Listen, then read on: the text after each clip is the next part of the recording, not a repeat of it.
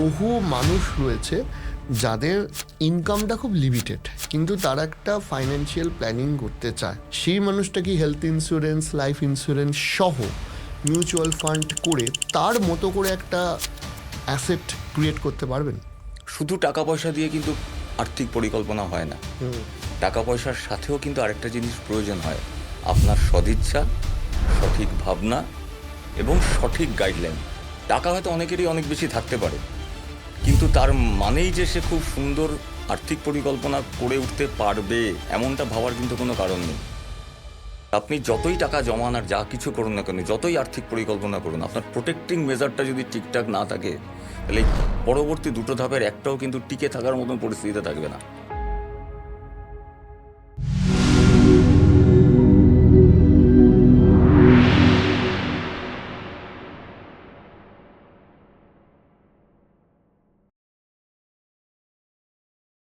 বহু মানুষ রয়েছে যাদের ইনকামটা খুব লিমিটেড, কিন্তু তারা একটা ফাইন্যান্সিয়াল প্ল্যানিং করতে চায়। মানে ধরুন কারোর 5,000 টাকা আছে, সেই মানুষটা কি হেলথ ইন্স্যুরেন্স, লাইফ ইন্স্যুরেন্স সহ মিউচুয়াল ফান্ড করে তার মতো করে একটা অ্যাসেট ক্রিয়েট করতে পারবেন? হ্যাঁ, বা অবশ্যই সেই পারবেন। প্ল্যানটা কি আপনারা দেন? একদম পারবেন। এবার একটু বুঝিয়ে বলুন যে কিভাবে পারবেন।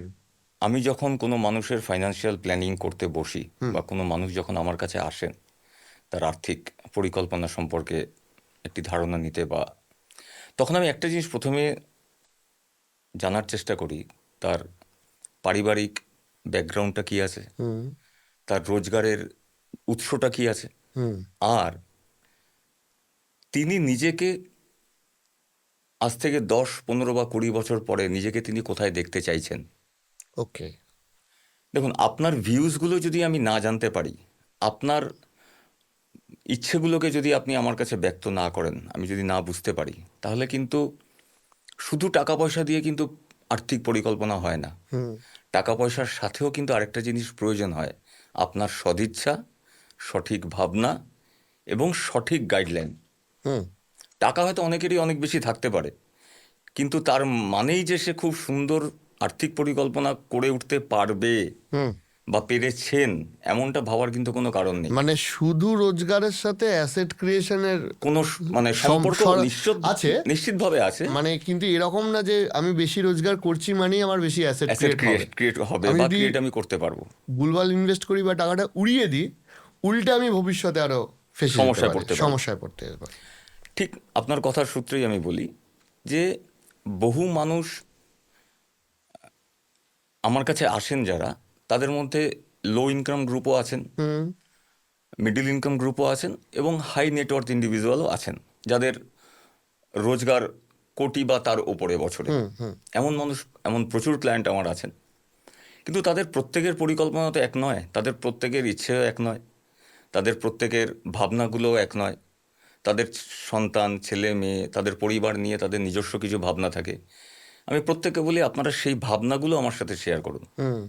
যতক্ষণ আপনার সেই ভাবনাগুলোর শরিক আমি না হতে পারছি, আপনাকে সঠিক আর্থিক পরিকল্পনা আমি করে দিতে পারবো না।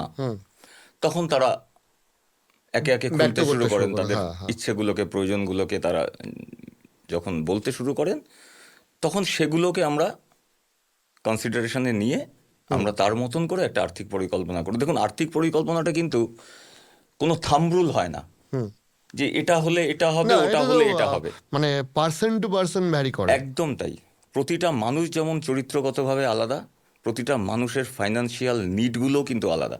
তাহলে আপনি আমাকে একটা কথা বলুন, যে যখন একটা প্রতিটা মানুষের আলাদা আলাদা হচ্ছে, এখানে তো ব্যক্তিগতভাবে ডেফিনেটলি আলোচনা করা সম্ভব না, কিন্তু কোন ধরনের মানে বিষয়গুলো আপনারা সব থেকে বেশি জোর দেন যে তুমি আমার কাছে এসছো, তোমার ফাইন্যান্সিয়াল দিকের প্রায় কিছু করা নেই, জিরো, নীল সব কিছু, এই বিষয়টা দিয়ে তুমি শুরু করতে হবে, ফার্স্টে এই কাজটা করতে হবে, সেটা কোনটা?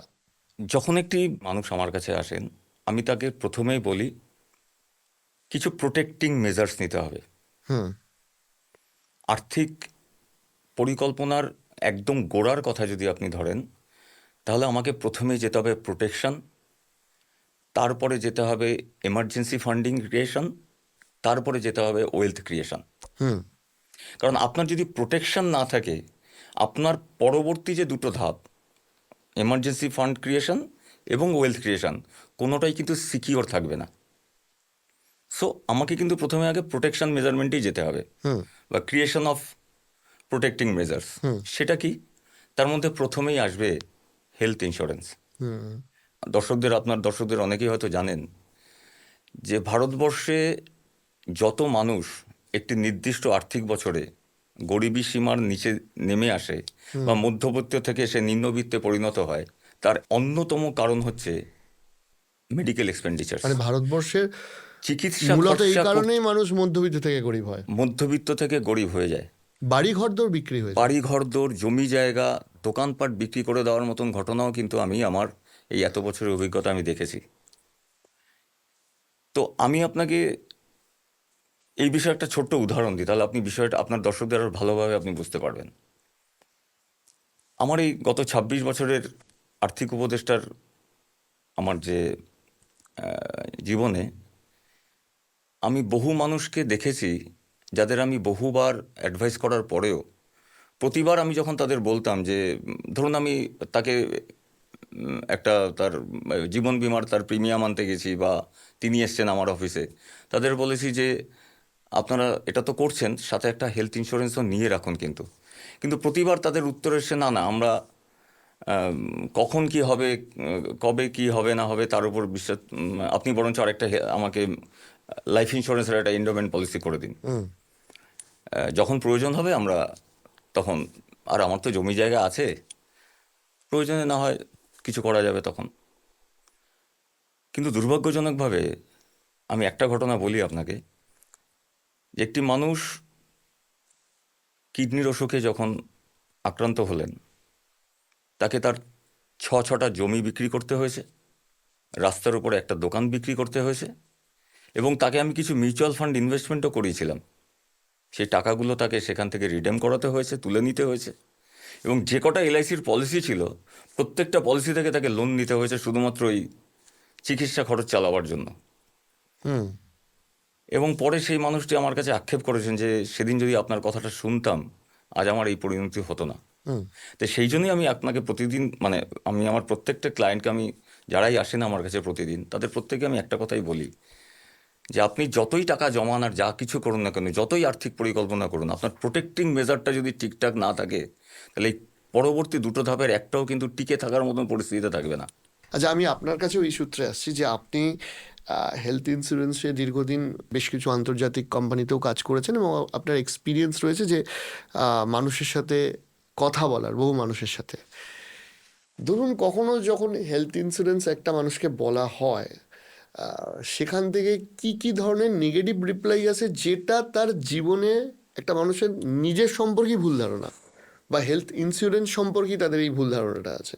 মোস্টলি মানুষের কোয়েশ্চেন এটাই থাকে যে আমার এখন বয়সটা কম আছে, আমার এখন হেলথ ইন্স্যুরেন্স কিসের দরকার, যখন কিছু একটা ক্রিটিক্যাল হবে আমি তখনও নিয়ে নিতে পারি। আর আরেকটা বলে যে শুধু এটার তো কোনো রিটার্ন নেই, আমি প্রত্যেক বছর টাকাটা দিয়ে যাচ্ছি বাট ইন রিটার্ন আমি কিছু পাচ্ছি না, যখন কিছু হবে তখন কিছু একটা পাবো। সেটার জন্যে মানে মোস্টলি এই নেগেটিভ রিয়াকশনটাই আসে। ওকে, তো সেটাই, অর্থাৎ রোগ হলে ইন্স্যুরেন্স করব। হ্যাঁ। না, এখানে আমি একটা ছোট্ট যোগ করতে চাই, সেটা হচ্ছে যে দেখুন, হেলথ ইন্স্যুরেন্স যে শুধু আপনাকে ডিজিজের ক্ষেত্রেই ক্যাশলেস ফেসিলিটি দেবে ব্যাপারটা কিন্তু তা নয়। যে কোনো মুহূর্তে যে কোনো ধরনের দুর্ঘটনা মানুষের সাথে ঘটে যেতে পারে, সেটা কোনো একটা উঁচু জায়গা থেকে পড়ে যাওয়া হতে পারে, বা অন্য যে কোনো ধরনের এমনি পড়ে গিয়ে হাত পা ভেঙে যেতে হাত পারে। পা ভেঙে যেতে পারে, রাস্তাঘাটে তার দুর্ঘটনা ঘটতে পারে। সেক্ষেত্রেও কিন্তু আপনাকে হেলথ ইন্স্যুরেন্স পুরোপুরি কভারেজ দেবে। শুধুমাত্র ডিজিজ হলেই যে কভারেজ পাওয়া যায় এমনটা কিন্তু নয়। না, একদমই তাই। দুর্ঘটনাজনিত আঘাত পাওয়া থেকে শুরু করে সমস্ত যে কিছু, কোনো যে হসপিটালাইজেশনের কোনো ক্ষেত্রেই, হ্যাঁ, হসপিটালাইজেশনের কারণেই কিন্তু যে কোনো একটা আঙুল ভেঙে গেল বা মানে পার্মানেন্ট ডিসেবিলিটি না হোক, টেম্পোরারি হলো, বা ওর সব কিছুর জন্য এখন কভারেজ আর পাওয়া যায়। এগুলো তো এই সামান্যগুলো তো এখন নার্সিংহোম বা যে কোনো জায়গায় গেলে একটা একটা ভালো হিউজ বিল করছে, হিউজ হ্যাঁ। অ্যামাউন্ট বিল হয়ে যায়। চিকিৎসা খরচাটা যেভাবে সাধারণ মানুষের হাতের নাগালের বাইরে চলে যাচ্ছে, সেদিকটা ওটা যদি, ব্যাংক অ্যাকাউন্ট থেকে দেওয়া সত্যি খুবই সেটা যদি কষ্টকর যে কোনো বিষয়। মানুষের জন্য, দেখুন মানুষ খুব পরিশ্রম করে পয়সা রোজগার করে। হুম সাধারণ মানুষ আমরা যারা, তারা খুব পরিশ্রম করে পয়সা রোজগার করি। এই পয়সাটা যদি হসপিটালকে দিয়ে দিতে হয়, আমি ধরুন 20 বছর ধরে একটা ওয়েলথ ক্রিয়েশন করলাম, বা 15 বছর ধরে একটা টাকা জমালাম, বা 10 বছর ধরে একটা টাকা জমালাম, একদিন সকালবেলা ঘুম থেকে উঠে আমাকে যদি সেই টাকাটা ধরে নিয়ে হসপিটালকে দিয়ে দিতে হয়, তাহলে আমি তো যেখান থেকে শুরু করেছিলাম আমি তো আবার সেখানেই ফিরে গেলাম। It will take another 10 years to go there. Hmm hmm hmm hmm hmm একদমই তাই। আচ্ছা, এইখানে আমি একটা জিজ্ঞেস করি যে অনেকেরই এই ধারণাটা আছে যে, যেটা উনি বলছিলেন যে আমার তো এখন রোগ নেই, এখন হেলথ ইন্স্যুরেন্স কেন করব বা ইত্যাদি। তার সাথে একটা রুটির উল্টো পিঠও আছে। সেই উল্টো পিঠটা কি? উল্টো পিঠটা হচ্ছে যে অনেকে চাইছে যে আমার বাবা মায়ের ক্ষেত্রে আগে হেলথ ইন্স্যুরেন্সটা করিয়ে দিই, পরে আমি নিজেরটা করব। কিন্তু অনেকেরই ধারণা আছে যে 55-60 বছরের বাদে গিয়ে এখন হেলথ ইন্স্যুরেন্স হয় না, কিন্তু যেটা আজকের ডেটে সম্ভব। এই মোটামুটি কত বছরের বয়স্কদের ক্ষেত্রে কত বছর অবধি হেলথ ইন্স্যুরেন্সটা করা সম্ভব এখন? কোম্পানিগুলো কি অফার করছে?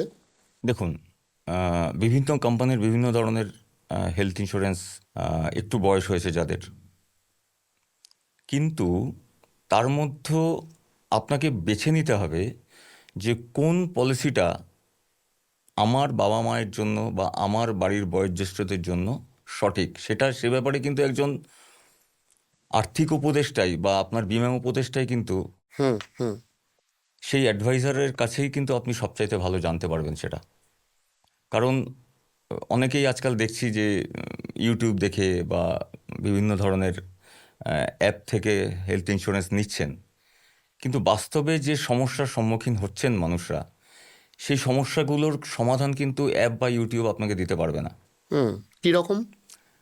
যেমন ধরুন, আহ, একটু বয়স্ক মানুষদের ক্ষেত্রে তাদের কিন্তু আহ, জানেন, মানুষের বয়স হলে বিভিন্ন ধরনের সমস্যা আসতে শুরু করে। হুম ধরুন হাইপার টেনশন, মানে যেটাকে আমরা প্রেশার বলি, সুগার, ডায়াবেটিস, কোলেস্টেরল জনিত যে কোনো ধরনের সমস্যা, হার্টের রোগে আক্রান্ত হয়ে গেছেন খুব অল্প বয়সে, বা একটু তুলনামূলক কম এজে, অনেকেরই ধরুন 55, 58, 60 বছর বয়সে হার্টে একটা স্টেন্ট বসে গেছে, কি তার একটা সমস্যা হয়েছে। যখন অ্যাপ থেকে বা অনলাইন কোনো প্ল্যাটফর্ম থেকে আমি হেলথ ইন্স্যুরেন্স নিচ্ছি, মানুষ মনে করেন যে এই কথাগুলো না এই ডিসক্লোজারগুলো না দিলেও হয়তো চলবে, যে আমার কোলেস্টেরল আছে, কি আমার একটা হাইপার টেনশনের ওষুধ খাই আমি, বা প্রেশারের ওষুধ খাই, বা আমি তো একটা সামান্য সুগারের ওষুধ খাই, ডাক্তারবাবু বলেছেন তাই নিচ্ছি। কিন্তু মাথায় রাখতে হবে, এই জিনিসগুলো যদি আপনি হেলথ ইন্স্যুরেন্স করার সময় আপনার যিনি ইন্স্যুরেন্স প্রোভাইডার, যে কোম্পানি, তাকে যদি আপনি না জানান, পরবর্তী দিনে ক্লেম পেতে গেলে আপনাকে কিন্তু অসুবিধার সম্মুখীন হতেই হবে। হুম বা এরকমও কিছু থাকে যে অনেক বছর আগে হয়েছিল, সেটা এখন আমার মাথায় নেই। হুম ওটা যখন কথা বলছেন আপনি আপনার হেলথ ইন্স্যুরেন্স প্রোভাইডারের সঙ্গে, তখনই বেরোবে যে আচ্ছা এত বছর আগে হয়েছিল, বিকজ সে কোয়েশ্চেন করছে। অনলাইনে তো এত কোয়েশ্চেন আর কিছুই না, থাকে না, না। আপনি মানে অ্যাপ্লাই করছেন, হয়ে যাচ্ছে সাথে সাথে। তো যখন আপনি কথা বলতে বলতে আস্তে আস্তে বেরোবে যে হ্যাঁ অতদিন আগে ওটা হয়েছিল, সব কিছুই ম্যাটার করে। আপনার পাস্ট হিস্ট্রি পুরোটাই ম্যাটার করছে একটা হেলথ ইন্স্যুরেন্স নেওয়ার জন্য। এটা তো হেলথ ইন্স্যুরেন্স করানোর সময় কথা হলো। আর একটাও তো ডেফিনেটলি বেনিফিটেড থাকবে যে যদি আমার পরিচিত কেউ একজন হেলথ ইন্স্যুরেন্স করিয়ে দেয়, যখন প্রয়োজন তখন তো ওই কাস্টমার কেয়ারকে ফোন করে পুরো ব্যাপারটা ক্লেম সেটেলমেন্টের সময় অ্যারেঞ্জ করার পয়েন্ট একটা of contact K point of থাকবে? কন্ট্যাক্ট এই বিষয়ে আমি আপনার দর্শকদের একটা কথা আমি জানাতে চাই। দেখুন, হেলথ ইন্স্যুরেন্স এমন একটা সাবজেক্ট যেখানে শুধুমাত্র একটা পলিসি করিয়ে দিলেই কিন্তু আপনার অ্যাডভাইজারের দায়িত্ব সেখানে শেষ হয়ে যায় না। রাইট। আপনি যখন হেলথ ইন্স্যুরেন্স কোনো অ্যাডভাইজারের মাধ্যমে করছেন, ধরুন আমি আমার কথাই বলি, আমি যখন কোনো কারোর হেলথ ইন্স্যুরেন্স আমি তাকে দিচ্ছি, তার কিন্তু একটা রেকর্ড কিন্তু আমার কাছে থেকে যাচ্ছে। তার কি কি সমস্যা আছে, কি কি সমস্যা নিয়ে তাকে আমি হেলথ ইন্স্যুরেন্সটা আমি দিতে পারলাম, কি কি ওষুধ তিনি খান, তার প্রিভিয়াস হসপিটালাইজেশন হিস্ট্রি কি আছে, এই সমস্ত বিষয়গুলোই কিন্তু তার যে শিটটা রেডি হয় হেলথ ইন্স্যুরেন্সের, তার মধ্যেগুলো থেকে যায় সেগুলো। এবার কি হয়, ধরুন এটা আমার কাছে তো রেকর্ড রইল, 2 বছর 3 বছর বা 4 বছর পরে তার যদি কোনো সমস্যা হয় বা ইমিডিয়েটলি তার যদি কোনো সমস্যা হয়, ডাক্তারবাবুরা যখন জানতে চান যে আপনি কী ওষুধ খাচ্ছিলেন বা কী ওষুধ খাচ্ছেন বা আপনার প্রিভিয়াস হিস্ট্রি কী, সেগুলো কিন্তু আমি আমার ক্লায়েন্টকে ইনফরমেশনটা দিয়ে রাখতে পারি at the time of hospitalisation, যে আপনি কিন্তু এই ওষুধগুলো খাচ্ছেন। কারণ আমার প্রত্যেকটা ক্লায়েন্টকেই বলা থাকে যে হেলথ ইন্স্যুরেন্সটা নেওয়ার পরে কোনো সমস্যা হলে, কোনো রকম সমস্যা হলে প্রথমে ডাক্তারের কাছে যাবেন, দ্বিতীয় ফোনটা যেন আমার কাছে আসে, যাতে আমি আমার ক্লায়েন্টকে মানে সামনে থেকে দাঁড়িয়ে পরিষেবা দেওয়া।